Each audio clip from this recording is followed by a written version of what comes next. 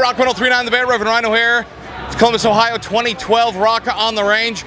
The man to my left, probably one of the greatest guitar players alive, Mr. John 5 of Rob Zombie. Sir, how are you? I'm well, how are you? Dude, I'm doing really great. It's an honor to talk to you today. Well, it's an honor to talk to you today. Don't lie! Oh, it is!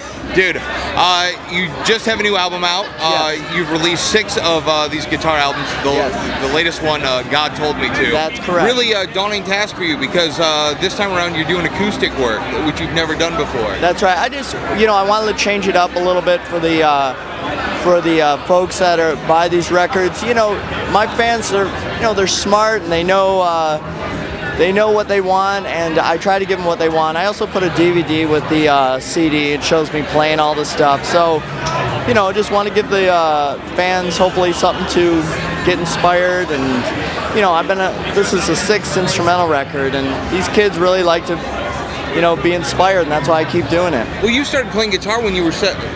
7, yeah. Yeah, 7, and you started your career in music at age 17. Your parents let you move from Michigan, Grosse Pointe, to Los Angeles, and you played with Lita Ford, Rob Halford, David Lee Roth, Marilyn Manson, now Rob Zombie.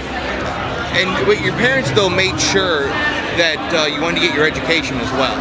That's true, yeah. And, I think they made a deal with me. They said, as long as you get up for school, you can go play these nightclubs, and I never drank or smoked or did any drugs, so they were very supportive of that, but I did learn a lot about, the busty waitresses in the nightclubs and stuff at an early age, which I'm very fortunate. So, it was a great, learning experience, and even when those nightclubs were empty, just that stage experience. And for people listening, don't get frustrated if you're playing a show and there's not a lot of people out there. It's the experience. It's the stage experience that you need to do. It's just like a boxer getting in the ring. You got to get in the ring a bunch of times to be a better fighter. And you are a very phenomenal musician, sir. Thank you. You work with a lot of creative people. Does that help, when you're writing, albums and music? It helps a lot, because I'm the guy that shuts his mouth and listens to these amazing artists because they've done it. Mm-hmm. It's just like, if I know the way to catering, but you don't really know the way, and I'll say, listen, here's the way to catering. You take this way, you turn this way, and you do that.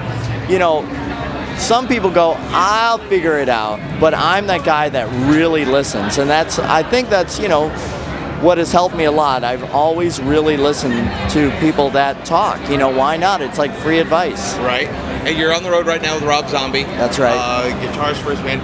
And you've now been told that, I've heard that you're going to be doing the soundtrack for The Lords of Salem, Rob's new movie. That's right. I'm doing the score for the movie, and I actually just finished it, and it came out amazing. I'll tell you, I was a little nervous because this was the first time I scored a full movie, and it was awesome. How does that work? Do you get to watch the movie and then do you sit there and think of music that's going to go along with the scenes? Rob gives me a direction of what he wants to hear, what he wants it to sound like. You watch the movie and you keep your fingers and toes crossed and give it the old high school try. I'm very excited for it. I've heard things it's about like a DJ who puts on this cursed record, releases demonic witches. Does Rob's stuff ever scare you at all? Oh yes. No, seriously. When I go to his premieres and I see what's happening, I look back and I'm like, really? It's really that? That's what's going on in this guy's head. You have to think twice about it. Yeah, just a little bit. Yeah. It's like, it's out there, man. It's such a great movie, Lords of Salem. I'm so excited for people to see it and hear it and see it. Yeah, I'm excited to hear your score. You guys are going to be on tour with Megadeth? Yeah, we are on tour with Megadeth now, and listen, I love Megadeth. I was a fan since the first record, and, loved Killing Is My Business and, Peace Sells, and So Far So Good So What. Everything, I started early, so it's a pleasure to be on the road with them. Yeah, I have heard your album, God Told Me To. You've got an instrumental cover of Michael Jackson's Beat It. That's right, yeah. How did that come about?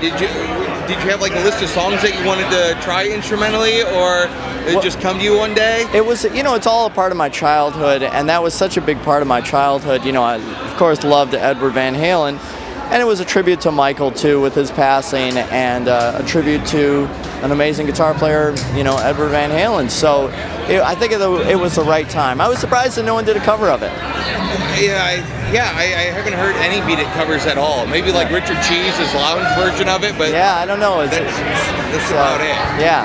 So I know you guys are on tour with Megadeth. And I know Rob's talked about making new music since Lords of Salem is done. Yep. Well, when's that process going to start? It's going to start in June. Yeah. So very soon, and we're going to be in a remote place and just have fun and knock it out. I'm really excited. Yeah. I'm really excited. So it's going to be a lot of fun. Sir, this has been a pleasure. Oh, Absolute. thank you very much. John 5, ladies and gentlemen, the man, the myth, the legend. Real Rock 103.9 The Bear. I am Reverend Ryno.